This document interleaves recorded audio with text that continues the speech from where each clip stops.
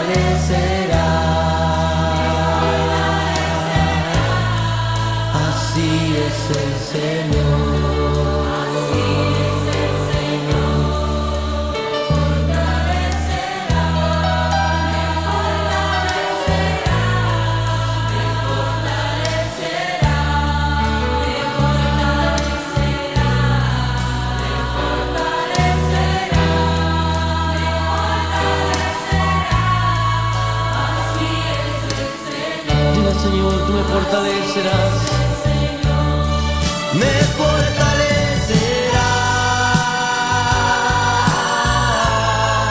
me fortalecerás, en su mano me sostendrá, me fortalecerá.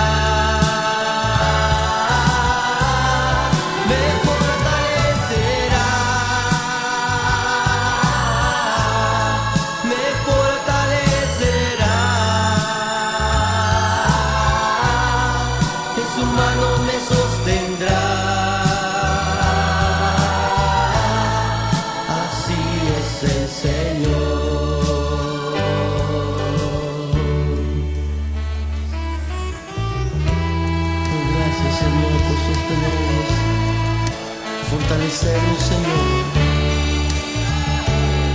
tú nos levantas.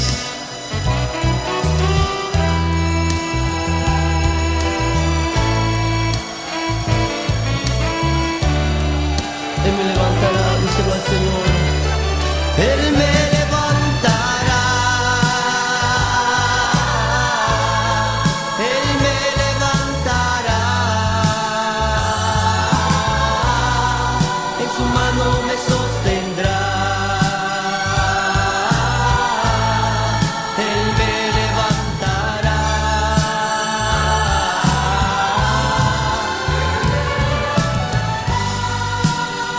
Tú me levantas. Oh sí, Señor.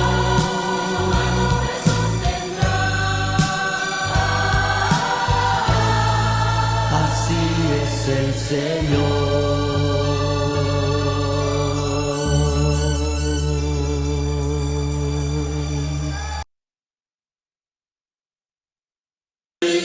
Presencia del Señor con gratitud y adoraré de corazón. Entra en la presencia del Señor con gratitud y alza tu voz con júbilo. Da gloria y honra y alabanzas al Señor, oh Cristo. Nombre sin igual.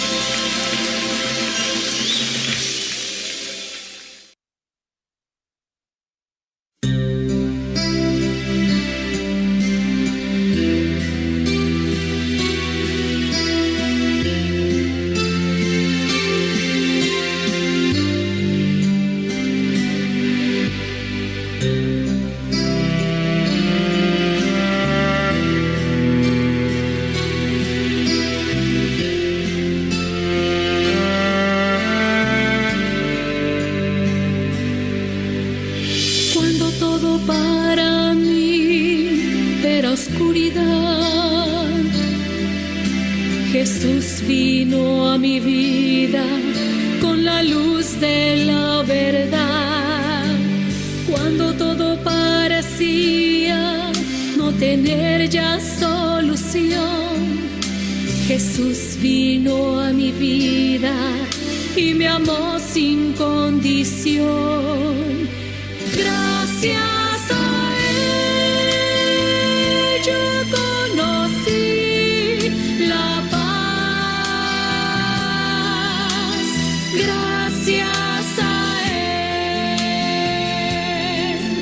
conocí la felicidad. Gracias a Él yo conocí la paz. Gracias a Él conocí la felicidad.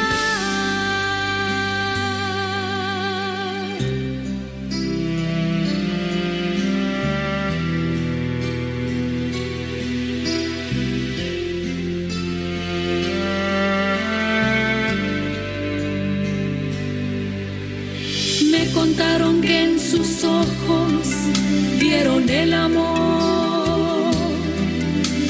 Los que oyeron sus palabras conocieron la bondad.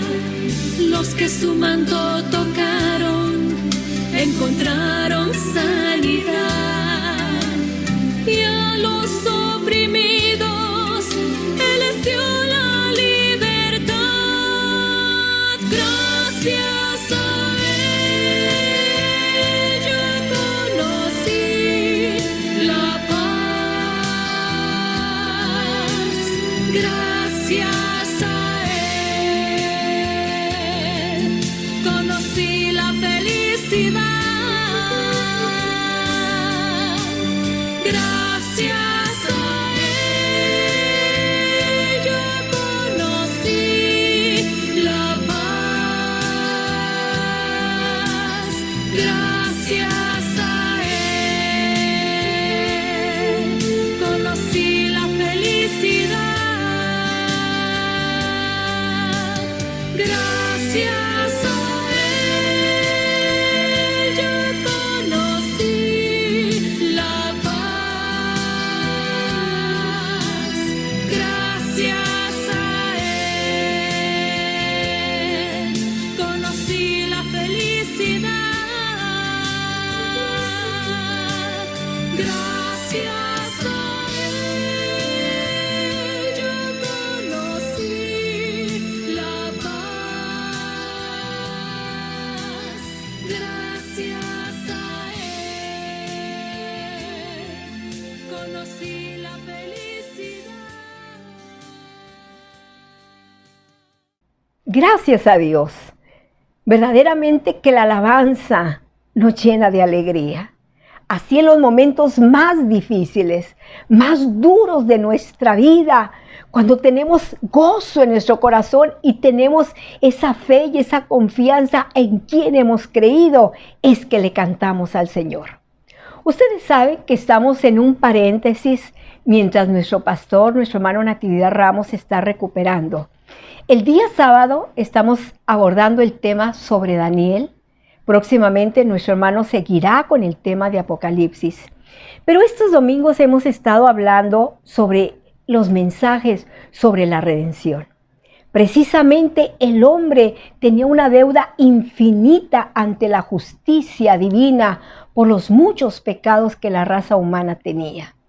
Y en esa deuda infinita no había quien pagara por nosotros. Pero hubo uno infinito que se hizo finito y le pagó a la justicia divina esa deuda que era impagable por nosotros, que es precisamente la redención que Cristo Jesús hizo a favor de la raza humana. Y qué mejor para compartir este mensaje y estas verdades bíblicas que nuestro pastor, el hermano Natividad Ramos, con este tema de la redención, esperando que sea de grande bendición para su vida. Que el Señor Jesucristo les bendiga. Y acerca del tema de la redención, el día de hoy seguimos explorando, reflexionando sobre este precioso tema, la redención obrada por Jesucristo. Hablar de Jesucristo no es algo en absoluto vergonzoso, no es algo que no tenga que ver con la raza humana, es absolutamente todo lo contrario, puesto que Jesús se hizo hombre, se hizo uno de nosotros, vivió entre nosotros, participó con nosotros, con la raza humana, para podernos redimir. Entonces, este es el tema muy, muy precioso, porque Cristo es un redentor.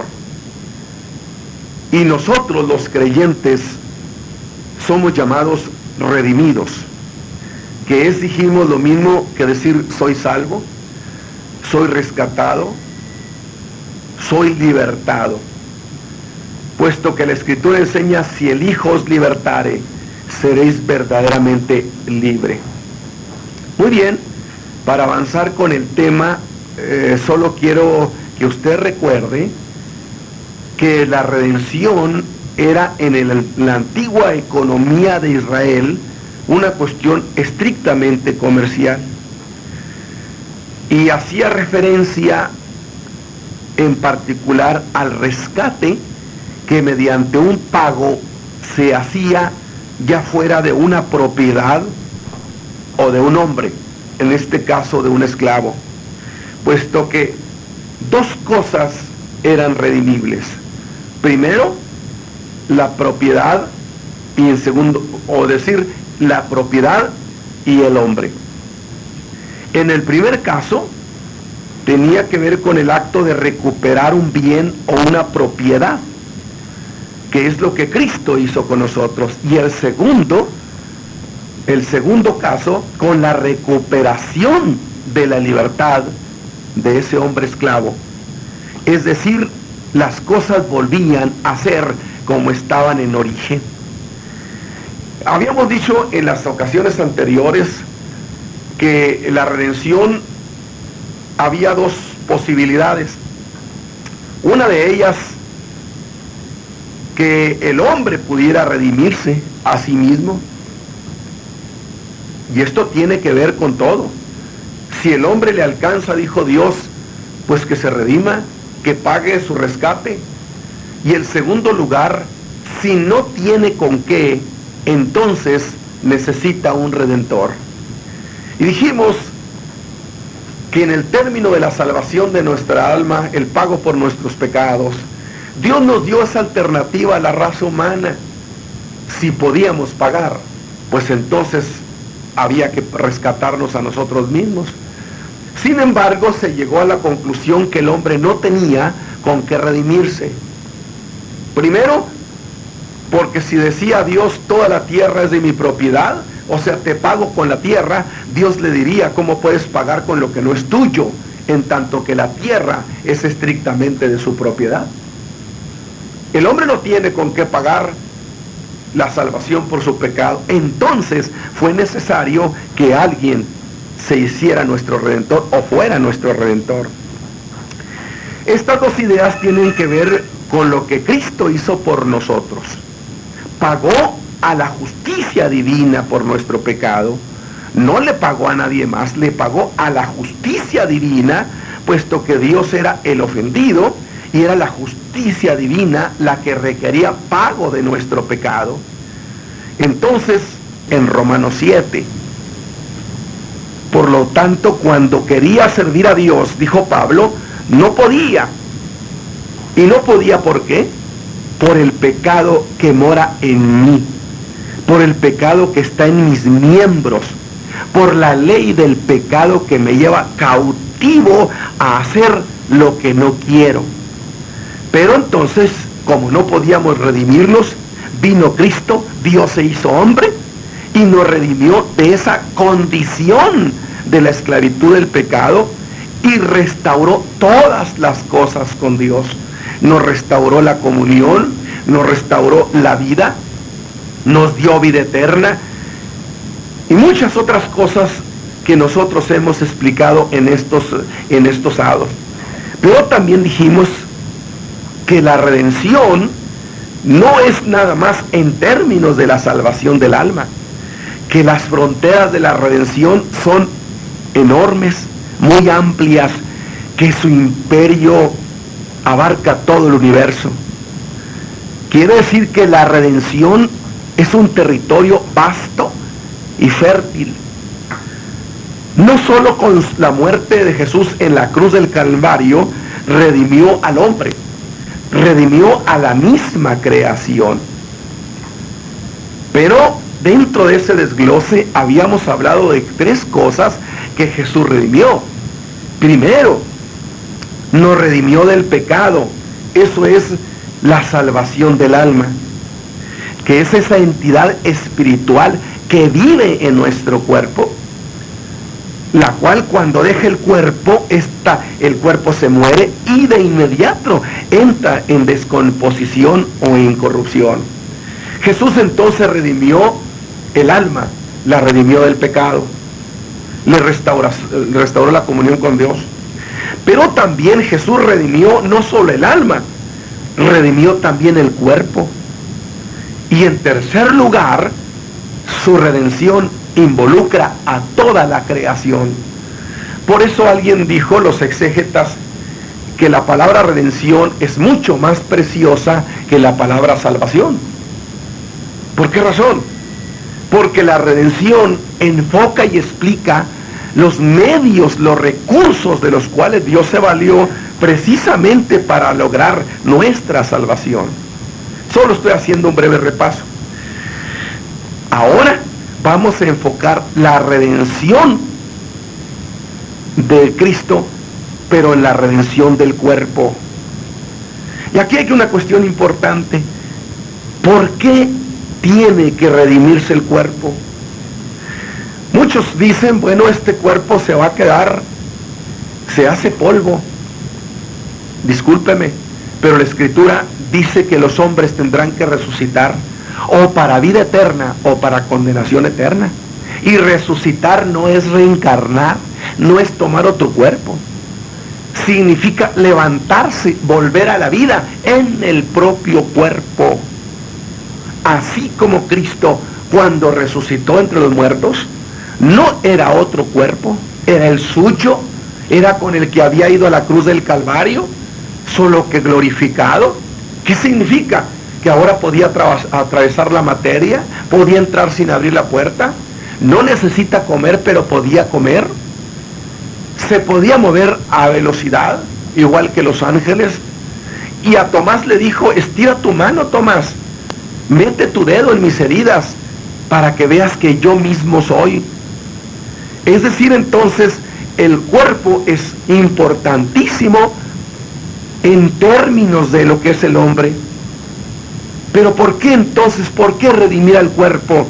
Algunos no le dan importancia y dicen, bueno, yo voy a guardar mi vida, que al cabo este cuerpo se va a quedar. Discúlpeme, este cuerpo no se va a quedar, este cuerpo tendrá que ser resucitado. Para una o para otra razón tendrán los hombres que volver a la vida en su propio cuerpo. Entonces, ¿por qué la importancia de la redención del cuerpo? La respuesta está en entender qué es el hombre, cómo está constituido, cómo lo hicieron. Y la Escritura dice, hizo Dios al hombre. Entonces, la clave para entender por qué redimió el cuerpo es cómo es que Dios hizo al hombre. Dios lo hizo. ¿Cómo lo hizo? ¿Cómo lo formó? Bueno, volvemos de nuevo al Génesis 2:7. Dice que formó Jehová Dios al hombre. ¿Cómo lo formó? Del polvo de la tierra.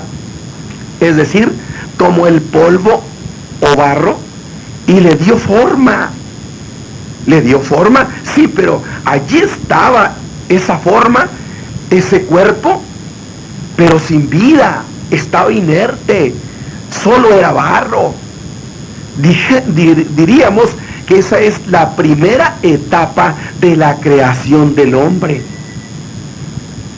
Pero ¿cómo darle vida?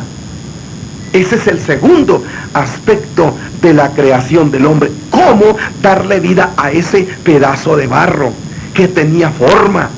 Es decir, la forma de lo que somos ahorita, del hombre, del ser humano. Es un diseño de Dios. Entonces dice la Escritura que Dios sopló a ese barro. Y sopló en su nariz.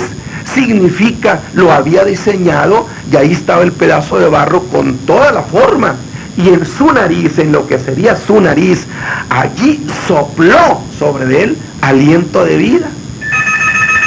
Entonces dice que cuando Dios hizo eso, el alma del hombre, fíjese bien, sopló en su nariz aliento de vida. Entonces el alma del hombre no fue creada, por supuesto, a la manera del cuerpo, no fue tomada de la materia, no fue tomada del barro, de algún material preexistente, sino que fue una creación específica y particular de Dios, que de la nada creó el alma, creó la vida. Pues ese tipo de vida es creación de Dios, no olvidemos eso. No somos Dios, nuestra vida es creación de Dios, pero ese soplo de vida, al entrar en aquel cuerpo de barro, causó que el hombre, que es lo corporal y lo espiritual, cuando lo espiritual entró a lo material, a lo corporal, entonces se puso de pie, se movió, vino a ser alma viviente, dice la Escritura. Por eso, cuando el hombre entrega su espíritu, el cuerpo muere, queda inerte y queda exactamente como estaba en el principio de la creación, aquel pedazo de barro. Y dije, empezará la desintegración a partir de allí y volverá el hombre al polvo de la tierra, de donde fue tomado. Entonces, en términos del Génesis, tendremos que decir qué es el hombre. ¿Qué es el hombre en términos de este pasaje bíblico que define qué es el hombre? Se le llama hombre no solamente al alma o a la entidad espiritual, sino que se le llama hombre al conjunto de la entidad espiritual y el cuerpo. No está disociado, esa alma vive en un cuerpo, y es cuando entonces se habla de un hombre. Si no tiene cuerpo, se habla estrictamente en el sentido de las almas, pero hombre, el término hombre, implica la entidad espiritual y la entidad corporal física. Necesariamente incluye al cuerpo, pues sin el cuerpo no se puede hablar de hombres. El hombre no es un alma descarnada. El hombre es un alma en un cuerpo, alma viviente. Los espíritus no. Los espíritus son descarnados, no tienen carne, no tienen cuerpo. El alma es hecha para darle vida a un cuerpo y expresarse en el mundo físico a través del cuerpo. Entonces, aquí entramos a una cuestión interesante. Cuando el hombre pecó, no pecó el cuerpo, pecó el alma. De allí que en Ezequiel 18:20 haga una precisión y dice Dios, el alma que pecare, esa morirá. No dice el cuerpo que pecare. Pues en el alma es donde están las facultades pensantes, la voluntad, la toma de decisiones, la vida emotiva. Lo que Jesús dijo, del mal corazón salen los malos pensamientos.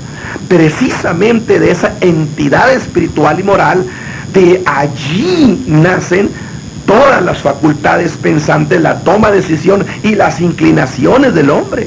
Y por consecuencia, dijimos, como allí está la voluntad, allí está la toma de decisiones, es allí donde se peca. Pero el alma fue puesta en el cuerpo para que a través del cuerpo tenga contacto con el mundo físico.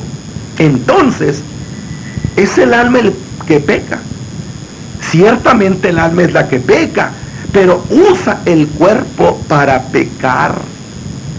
Pues sin el cuerpo, no tiene el alma acceso al mundo físico. El cuerpo ya no es propiamente el hombre, sino únicamente el alma. Por eso 2 Corintios 5:10 Pablo da más luz al exponer: es necesario que todos comparezcamos ante el tribunal de Cristo. ¿Para qué? Para que cada uno reciba según lo que hubiere hecho.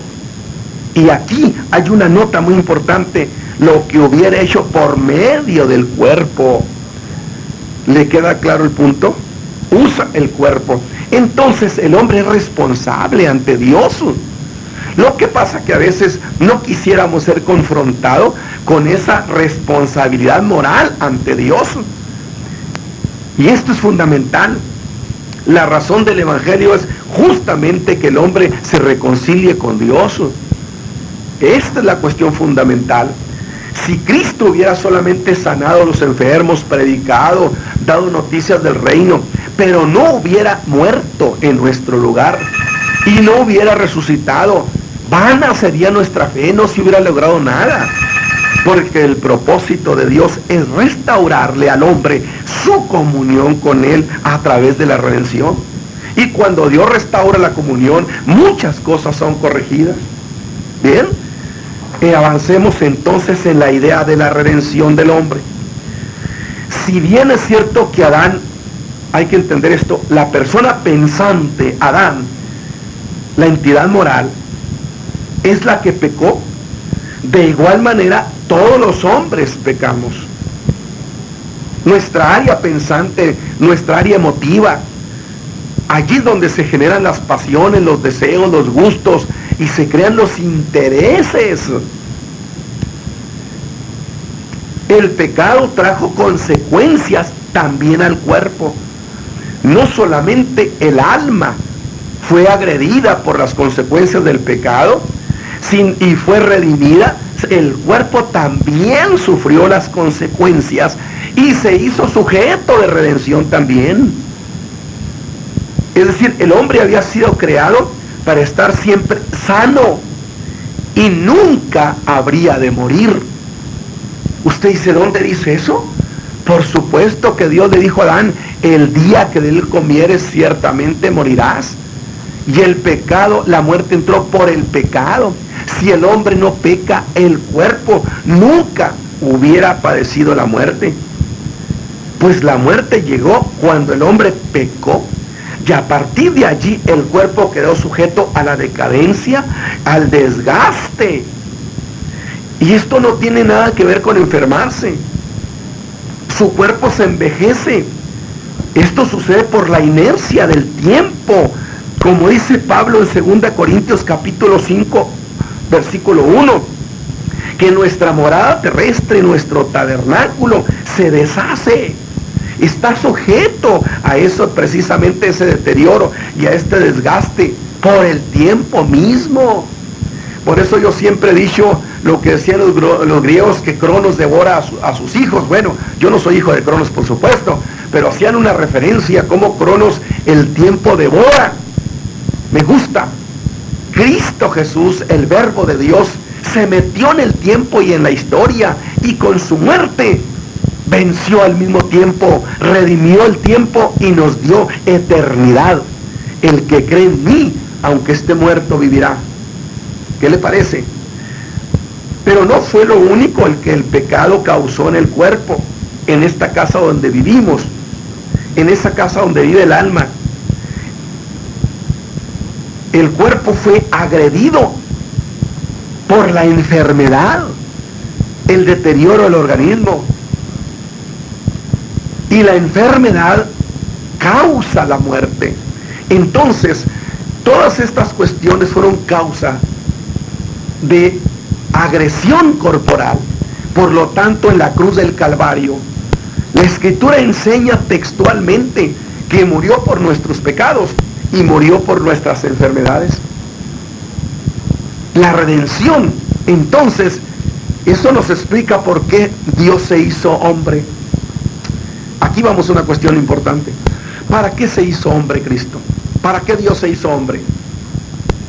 ¿Por qué no podía redimirnos sin tener que venir a tomar un cuerpo o hacerse uno de nosotros?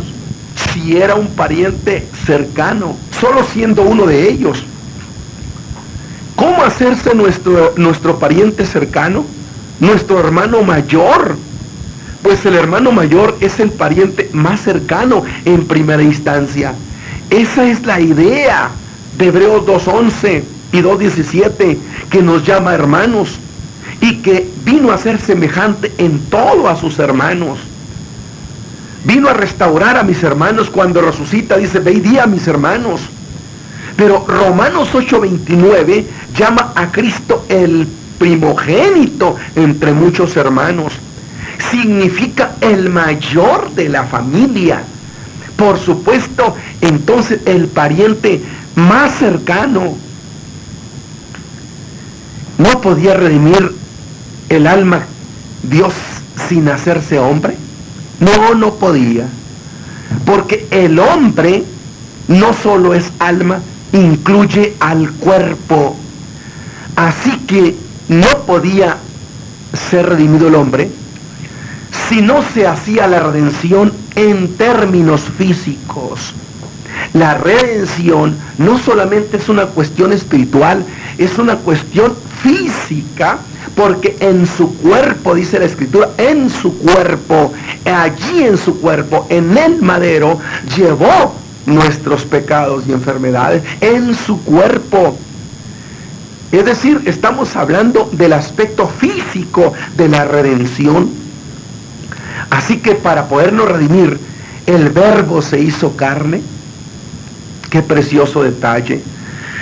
Yo he dicho que los gnósticos decían que Dios y el hombre no se tocan, que el hombre es infinitamente malo, y Dios infinitamente santo. Cuando el Verbo se hizo carne, echó por tierra la tesis de los gnósticos al demostrar que Dios sí toca al hombre, que Dios sí llega al hombre y que el hombre sí toca a Dios, porque el Verbo se hizo carne, se hizo uno de nosotros. Y por eso nos entiende, porque Él se hizo uno de nosotros. No podía ser redimido de otra manera. El Verbo se hizo carne, dijimos. Por lo tanto, la redención es tanto un acto físico como una cuestión espiritual. Por eso, así como el hombre en su cuerpo lleva los resultados del pecado, escúchame bien, así Cristo en su cuerpo llevó nuestros pecados, nuestras enfermedades en su cuerpo, porque en el cuerpo llevamos también consecuencias. ¿Ve por qué la redención requería que el Redentor tuviera cuerpo? Por eso dice a Hebreos, hablando de Cristo, y cuando le introduce en el mundo, dice, sacrificio y presente no quisiste, me apropiaste cuerpo. Apropiarse, cuerpo apropiado, ¿para qué? Apropiado para ser un redentor, para ser el pariente cercano, para reunir ese requisito. Pues si no fue en el sufrimiento físico en la cruz donde Jesús logró nuestra redención, entonces yo dije, ¿pudo morir de un paro cardíaco y redimirnos en el mundo de los espíritus? Pudo morir de un paro cardíaco, pero no murió. ¿Por qué en la cruz? ¿Qué sentido tuvo la cruz? Pues fue allí donde su cuerpo fue herido para redención de nuestros pecados y redención de nuestras enfermedades y redención de la muerte. Él murió allí en la cruz y luego penetró en el Espíritu al santuario de Dios, donde hizo el pago de nuestros pecados. Ahora sí, ya tenemos una idea de esto que estamos manejando respecto al cuerpo. Y aquí lo quiero yo presentar a usted lo siguiente, para que usted reflexione. Ya tenemos que Jesús murió en la cruz del Calvario, y su muerte es la que paga nuestros pecados. Su muerte en la cruz, su sufrimiento, lleva nuestras enfermedades. Hagamos entonces una precisión, ¿por qué tenía que resucitar? Si con su muerte se pagó el rescate del alma, el rescate por el pecado, ¿para qué resucitar ahora? Fíjese lo que le estoy planteando. reflexione. No olvide que Dios es espíritu. Y el verbo, lo que luego conocimos en términos humanos con el nombre de Jesús, el Cristo, eternamente había vivido en una condición incorpórea. Me apropiaste cuerpo significa no lo tenía en la eternidad. Tomó cuerpo para venir a redimirnos, tomó un cuerpo para ser uno de nosotros. Muy bien, ya moriste, ya entregaste, Señor, tu cuerpo en rescate, en sacrificio a Dios. No era lógico pensar que podía dejar su cuerpo en la tumba y regresar a su condición eterna de mero espíritu incorpóreo. Piénselo. Es decir, Jesús muere y en el espíritu fue al tabernáculo de Dios, fue al infierno a predicar, fue al seno de Abraham, trasladó a los creyentes al paraíso. Quiere decir que podía hacer muchas cosas en el terreno del mundo espiritual, porque su condición eterna era esa, incorpórea. Entonces vuelvo a preguntar, ¿para qué resucitar si ya hizo el trabajo de la redención? Si ya pagó el precio del pecado. ¿No le parece lo que estamos diciendo? ¿Por qué tuvo que resucitar? Bueno, yo creo que esta era una cuestión importante bajo la idea de la redención del hombre y de que el hombre es cuerpo y espíritu. Si él no resucitaba, entonces no vencería a la muerte y el cuerpo quedaría sin redención. El hombre integral, el hombre total, no estaría redimido totalmente. Pagó el precio de nuestros pecados, pero aquí hay dos cuestiones que yo quiero que usted piense. Precisamente resucitó para garantizar que todos los muertos resucitarán un día. Y muertos en dos sentidos.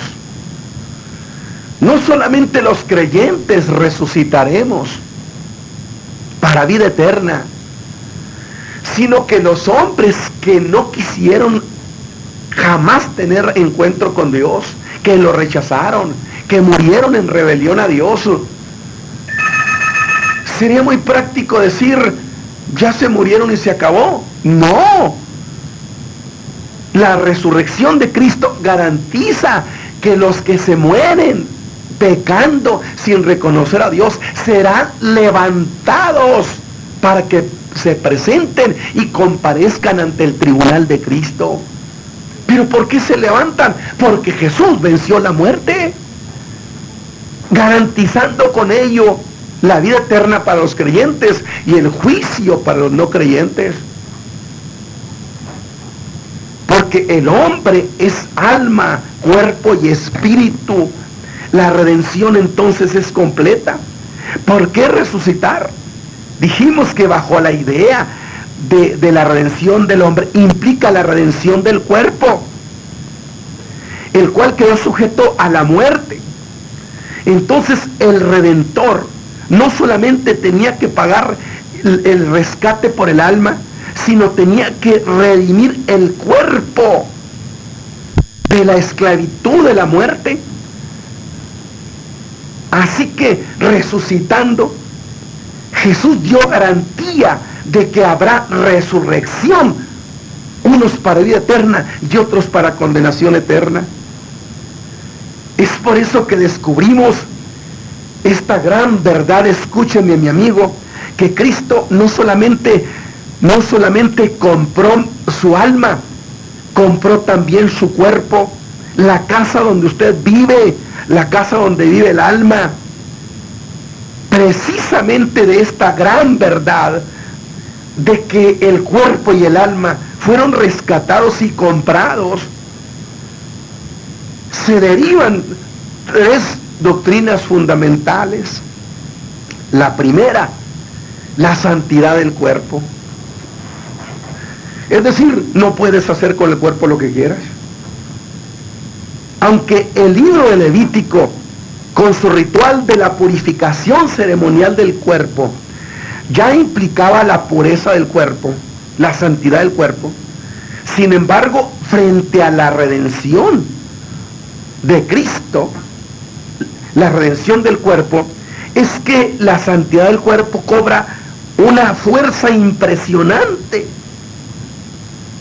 No solo el alma, sino el cuerpo también fue comprado, rescatado, y se ha convertido, escúcheme bien, en propiedad de Dios. Esa es una idea tremenda que el apóstol Pablo marca profundamente y que lo plantea en 1 Corintios capítulo 6, versículo 20, y en el capítulo 7, versículo 23, diciendo: por precio fuisteis comprado. Comprados sois por precio. Glorificad a Dios en vuestros cuerpos, en vuestra alma y en vuestro espíritu, porque son de Dios, propiedad de Dios. Oiga, qué interesante. La redención otorga propiedad también, de tal manera que entonces nos confrontamos ante una cuestión. Usted no puede hacer con el alma una vida santa y con el cuerpo otra cosa, porque el cuerpo le pertenece a Dios, a Cristo, porque fue el que lo compró. Y Pablo desarrolla esta preciosa idea: fuisteis comprados. Y en el versículo 19 al final explica esta gran versión: no sois vuestros. Quiere decir que su cuerpo fue comprado, es propiedad de Dios, y llega a convertirse inclusive en templo de Dios, en tabernáculo de Dios, propiedad de Dios. Entonces, como fue redimido, usted no puede hacer lo que quiere con el cuerpo porque es propiedad de Dios. Pero también la enfermedad, si usted entiende esta gran versión, la enfermedad también tiene que irse, puesto que en la cruz del Calvario pagó por nuestras enfermedades para que el cuerpo estuviera sano, compró nuestra alma y compró la casa donde vivimos. Y por lo tanto tiene que haber salud del alma y salud del cuerpo en la redención de Cristo. No sois vuestros. Entonces, aquí hay una cuestión fundamental. No puede disponer nadie del cuerpo para uso ilícito, porque no es suyo, así como la vida no es suya. Hemos establecido varias cosas. Primero, la tierra le pertenece a Dios. En segundo lugar, la vida es propiedad de Dios. Nunca jamás Dios le otorgó a Adán vida en derecho de propiedad. Cuando Dios le dijo: te otorgo la vida en propiedad, te doy la vida, administrala, pero nunca jamás en propiedad. Por lo tanto, no puede usted hacer lo que quiera con la tierra, no puede hacer lo que usted quiera con la vida, con su vida, a la que usted le llama: yo hago con mi vida lo que yo quiera, puesto que es propiedad de Dios. Y esta es una gran cuestión. ¿Es suyo su cuerpo? ¿Puede disponer de él? Mire, eso era lo que algunos en Corinto, algunos en la iglesia de Corinto o en la ciudad de Corintio, decían a la gente y enseñaban. Había una tendencia, los que dizque entendidos sociales, orientadores sociales, afirmaban en Corinto que la fornicación y la lujuria o el placer sexual eran cosas tan naturales y necesarias como era satisfacer el hambre. ¿Ve usted cómo no hay nada nuevo debajo del sol? Alegaban algunos y decían: no, señor, es que esta es una necesidad tan natural, y aún hoy Algunos que tienen reputación de orientadores sociales lo afirman sin inmutarse, a voz en cuello. Oh, eso es muy natural. Tienen derecho a sus preferencias. Y curiosamente en nuestra época, en nuestro tercer milenio, eso se reputa por sabiduría. ¡Oh, qué gran criterio! Pero a los orientadores sociales de aquel tiempo, como a los de ahora, Pablo le respondió con esta gran verdad que está en 1 Corintios capítulo 6, versículo 13, diciendo que si bien era cierto, dice bien, que el estómago era para las viandas y las viandas para el estómago, porque eso era lo que estaban diciendo. Es que para eso fue creado, para eso es hecho, para eso existe exclusivamente. Entonces dijo, sí es cierto que el estómago fue para las viandas y el alimento, la vianda para el estómago. Esa es una gran verdad, dijo, no se lo discuto. Pero el cuerpo, dijo, es para el Señor y el Señor es para el cuerpo. Escuche, ¿cómo es que el cuerpo es para el Señor? Bueno, a primera instancia dijimos, eso es la redención. Él lo compró, es de su propiedad. Y Pablo dice en el versículo 19, ¿o ignoráis que vuestro cuerpo es templo del Espíritu Santo? Y reclama, porque el Espíritu está en vosotros, el Espíritu Santo. Y Pablo le llama no solo templo, sino tabernáculo. ¿Qué es el cuerpo? Así como el tabernáculo era una tienda donde Dios moraba y daba testimonio, el cuerpo se convierte para Dios en el tabernáculo del testimonio. ¿Y qué se hacía allí? Allí era donde se desarrollaba la adoración, la alabanza a Dios, el encuentro con Dios. Quiere decir que nuestro cuerpo es un templo, el tabernáculo del testimonio, que debe ser usado para la alabanza de Dios, para la gloria de Dios, para el uso de Dios, para dar testimonio. Es allí donde Dios llega y se manifiesta, y el Espíritu Santo da testimonio a nuestro espíritu que somos hijos de Dios. Por lo tanto, legítimamente el cuerpo es un templo comprado por Dios para que allí se dé testimonio suyo. ¿Qué le parece? ¿Qué le parece lo que encierra la idea de la redención respecto al cuerpo? Entonces, la resurrección implica la santidad del cuerpo. Porque comprado sois por precio, no sois vuestro, no puedes decidir lo que quieras. Y Pablo cierra la idea del cuerpo, a cuando dijo el cuerpo es para el Señor, cierra la idea en ese versículo diciendo, pero el Señor es para el cuerpo. Ya explicamos que el cuerpo es del Señor, pero ahora ¿por qué el Señor es para el cuerpo?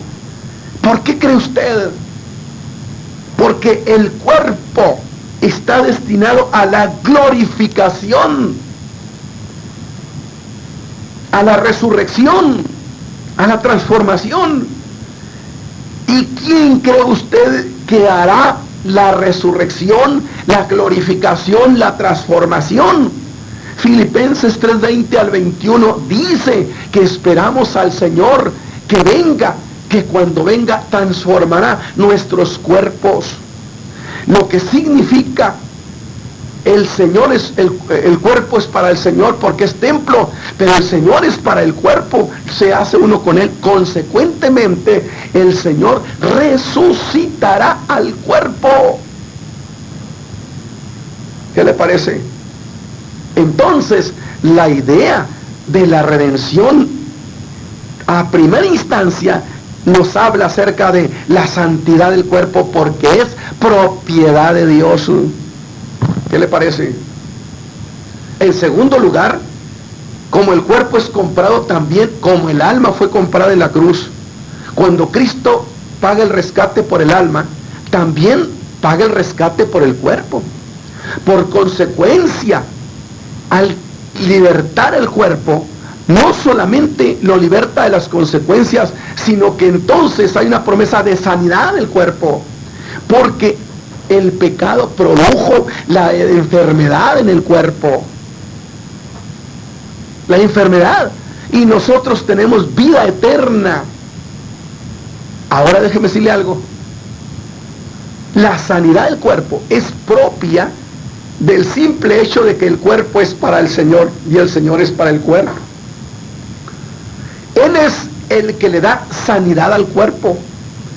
Por eso hemos dicho, cuando alguien interesadamente dice, hermano Ramos, ore por mí para ser sano, pero esa persona no quiere nada con el Salvador, me veo en un conflicto, porque usted no puede separar al sanador del Salvador, porque resulta que es la misma persona. El mismo que murió por sus pecados, resulta que es el mismo que murió por sus enfermedades. Y cuando usted recibe la salvación implica también la salud del cuerpo. Ese es un detalle interesantísimo. El problema es si nosotros lo entendemos, lo creemos y lo damos por hecho. Porque a veces damos por hecho el perdón de nuestros pecados y decimos, por supuesto. Mire, yo le garantizo que cualquier creyente o las hermanas que me están escuchando, si el diablo llega para decirles, tú no eres salva, tú no eres perdonada, aunque la hermana no conozca mucho de teología, le garantizo que le va a pelear su salvación y déjeme decirlo coloquialmente, hasta bolsazos puede agarrar al diablo. Porque viene a discutirle su salvación, dice, yo estoy seguro, y la hermana o el hermano va a decir, es que yo soy salvo, tengo la plena certeza. Curiosamente, cuando se trata de la sanidad, no peleamos la sanidad de la misma manera que nos aferramos a la salvación. Y algunos hacen hasta una doctrina, diciendo, bueno, es que el Señor se glorifica estando enfermos. Es que Job, descubre, hermano, que Job se enfermó, sí, pero la excepción no hace la regla, y no todos somos Job. Y el diablo es muy astuto. A algunos les dice, mira, aquí está Job, por lo tanto, él estuvo enfermo, tú tienes que estar enfermo. Pero nunca le enseña el último capítulo de Job, donde dice que murió viejo y lleno de días, y que vio a los hijos de sus hijos hasta la 4ª generación. Ese pasaje no lo señala. Esto se trataba de un caso especial, de una prueba especial, pero no todo el mundo quiere hacerle al Job. Cristo compró en la cruz del Calvario nuestra salvación y nuestra sanidad. Ojalá y pudiéramos entender esta verdad eterna y darla por hecho, que así como murió por nuestros pecados, también por nuestras enfermedades. Tercer punto, la redención del cuerpo significa la garantía de la resurrección. Y aquí es donde entramos a un pasaje también precioso de uno de los Salmos, 49. Dice el pasaje, inclinaré mi oído a la parábola y al son de la cítara propondré mi enigma. Este era un género literario que es muy común en la Biblia para expresar de una manera muy fuerte, muy viva, alguna verdad. ¿Por qué de temer yo en los días malos cuando me rodea la malicia de los que me acechan? Dice, los que confían en sus recursos y se glorían de la abundancia de sus riquezas. Y luego aclara en el versículo 8, pues nadie podrá librarse a sí mismo. Él está hablando de la muerte del cuerpo, Él está hablando de la muerte corporal. Pues ni dar a Dios un precio por su redención. Demasiado caro es el rescate de la vida. Ni logrará nunca seguir viviendo para siempre sin ver la muerte. Es decir, ¿cómo puede el hombre redimirse de la muerte? Es lo que el Salmo está planteando. Ya, donde él dice, a pesar de las riquezas, nadie puede rescatarse de la muerte. Y dice que nadie puede redimir a su hermano. La muerte corporal es parte de esa enseñanza de la redención para la resurrección de nuestros cuerpos. Y sigue avanzando cuando él dice que los sabios les pasa lo mismo que a los insensatos. que los ricos mueren como mueren todos y dejan sus riquezas, que son reducidos a la estrechez del sepulcro por generaciones y generaciones, y que aún los que pensaron perpetuarse, poniendo su nombre a las tierras. Fíjese usted qué elocuente es este pasaje de la Escritura, poniéndole aún nombre a sus tierras, a los monumentos y a las cosas. Concluye que aún en la cumbre de los honores el hombre no dura y es semejante a los animales que perece de la misma manera. Sin embargo, nadie puede rescatarse de la muerte, pero el pasaje de Job 19 es precioso. Job sabe que su cuerpo se está desgastando, quedan puros huesitos, la piel se ve deteriorada, y entonces él trata de imprimir fuerza a sus ideas, y dice que se escribieran mis palabras, o quien diera que se escribieran mis palabras y se consignaran en un libro, que con punzón de hierro y con plomo se graben en la peña para eterna memoria. Él está hablando preparando a la gente. Él está hablando cómo me gustaría que las palabras que yo digo, que están saliendo de mi alma, de esta condición en mi carne, donde estoy viendo la muerte cerca de mí, cómo me gustaría que se escribieran. Y entonces, Job, ¿qué es lo que quieres que se escriba? Él exclama y dice, yo sé que mi Redentor vive y que al fin se alzará sobre la tierra. Y luego dice, porque después en mi piel, revestido de de su cuerpo, veré a Dios desde mi carne. Aunque mi piel se deshaga, aunque mi carne se muera, yo volveré a ver a Dios en la tierra de los vivientes, y lo veré con mis propios ojos. Yo mismo lo veré, dice el versículo 27, lo verán mis propios ojos y no otro. Qué preciosa declaración. ¿Sabe por qué? Porque el hombre está destinado, dijimos, a la resurrección y a la glorificación del cuerpo. Por eso el cuerpo es para el Señor y el Señor es para el cuerpo. Y en Apocalipsis 6:10 se descubre donde las almas debajo del altar de Dios, las almas, no los hombres, las almas de los hombres clamaban: ¿hasta cuándo, Señor? ¿Hasta cuándo? Ellos en realidad estaban clamando por llegar a la plenitud del destino del hombre. ¿Cuál es ese? Es el que tendrá lugar cuando Cristo venga de nuevo a la tierra, retorne desde los cielos y traiga con él las almas de los creyentes, desde donde esperamos esos cielos al Salvador, el Señor Jesucristo, el cual dice transformará nuestro cuerpo vil para que sea hecho semejante a su cuerpo glorioso. Y aquí es donde yo también planteo otra cuestión.